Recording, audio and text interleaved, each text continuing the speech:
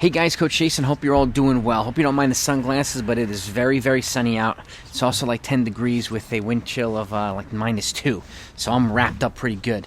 But if you guys can be out running in the elements, then I can be out in the elements too.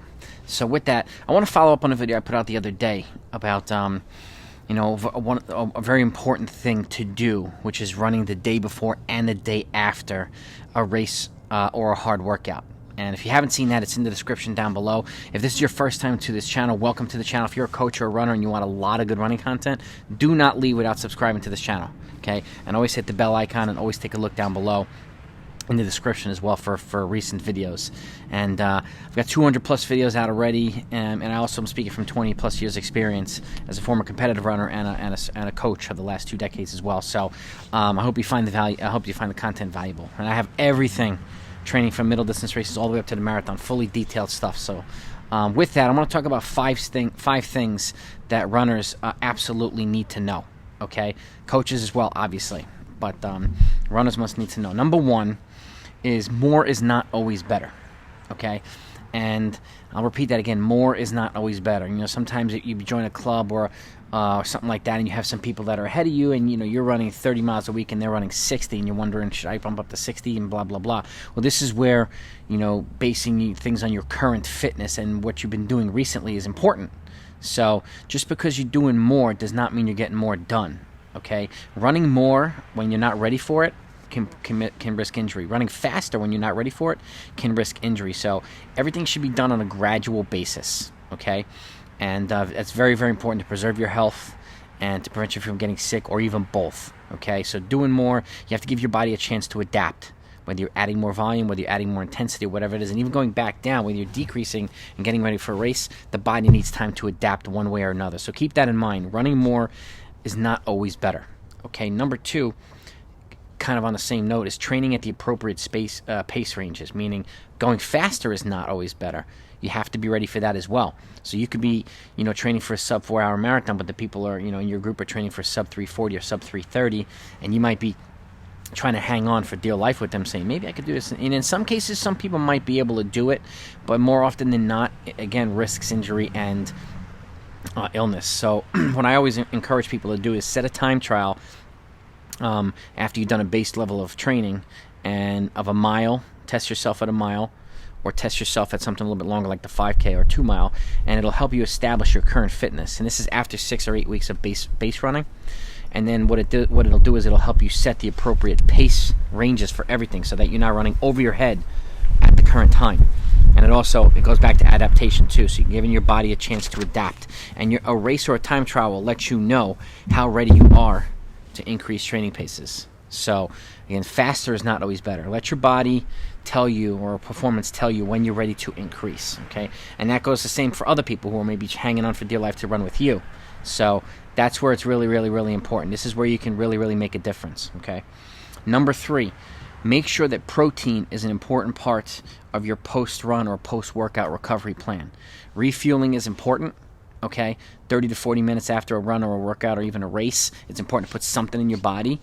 More importantly, it's important to have some of it being a good amount of protein for muscle repair and to help enhance your recovery process too. So always have some kind of protein in the post-recovery, post-run, post-race recovery plan, okay? Well-balanced diet is important, but this is where I cannot emphasize enough. Protein is important post-workout, post-race, okay? Number 4, consistency. What do I mean by that? Well, you set your training up so that you're doing a cycle of something. So let's just say you're setting up a 12-week block for the 5K to run a couple of races. You break it into 3 pieces, okay? 3 pieces of 4 weeks each, or 4 pieces of 3 weeks each, whatever it is. But developing a consistent pattern, whether it's running hard twice per week or on a race week running hard once and then a race, but establishing a pattern of this day is my long run, this day is my workout, and so on, is really, really helps your body to adapt, okay? And even if you're cutting volume or whatnot, maintaining the similar cycle of consistency is very, very important, okay? No matter what you're doing, trying to establish consistency is key, even in race week. And along those notes, do not experiment on race week. Don't experiment with a new pair of shoes if you haven't even broken them in yet. Don't let the first time you wear them be the day of a race, okay? Break them in with some walking and some running. Let your feet get used to that as well. And again, try to avoid anything dietary the week of a race, any new change. I'm going to try this morning. Make sure you've tried these things before doing it on race day. Okay, make sure your body can handle it, make sure your body recovers from it, and so on. That's where the consistency comes into play. And consistency, again, keeps you in the right spot, keeps you training at the right paces, keeps you doing the volume that you're doing before something tells you that you're ready to modify things. Okay, and lastly, recovery is just as important as training. Okay, these are not sexy details, but these are the small details that can make a heck of a difference for you, or for your athletes if you're a coach. Okay, post-race recovery, especially after you set a big PB or run a big personal best, it might take a couple extra days because your body's never been there before, so you might have some tightness and some soreness, and that's not abnormal. That doesn't mean, I ran a really fast 5K, my best 5K ever on Saturday, I need to be ready for Tuesday to do a workout. Well, not necessarily. You don't have to do the Tuesday workout, or you can scale it back, or you can do something a little bit less intense. Give your body a couple extra days to recover. And on those notes as well, the longer the race is, the more you want to recover on the back end. So if you run a 5K on Saturday, you probably find the workout on Tuesday. If you do a 10K, it might be better to push the workout back to Wednesday. And if you run a half marathon or something like that en route to some other races, it might be good to do a workout on Thursday. Push it back a couple of days and let that workout after a half marathon be like a speed fartlek, something fast to get the pep back in your legs. Okay, just a thought. But the longer the race, the longer the recovery should be, especially when you run the fastest time you've ever run before. Okay, again, it goes back to the length of the race and the type of the workout too. Okay, when do you put in days off is another important thing. How often do you have a day off? How often do you need it and stuff? And if I can emphasize one thing, and I said this in my last video, do not take the day off before a race. Don't take the day off after a race. Okay, if it's the end of the season, fine, but do not take the day off before a race. And I go into detail, so take a look at that video I put down below, the last video I put out. So, and how often do you race? What are you training for? These are things that are important too. If you're training for a 5K, then you can probably run a couple more races. If you're training for a marathon, then you want to race a little bit less. If you're training for the half marathon, probably a midpoint between 5K and marathon training. Okay, maybe 2 or 3 races before the half, maybe 2 races before the marathon, at most 3.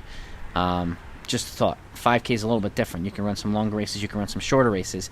But again, you don't have to race a lot.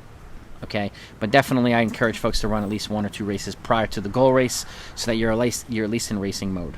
Okay, and again, last but not least, listen to your body. If you need an extra day, take it. Okay, and the good thing is it's good to feel like you can do more after a run or a workout. That's a good thing. That means you're in the right zone. It means you're doing enough at this point. Okay, but always listen to your body. If you have a fever, it's an automatic day off. No running the day of a fever. Make sure your fever's down for 24 hours before you run again.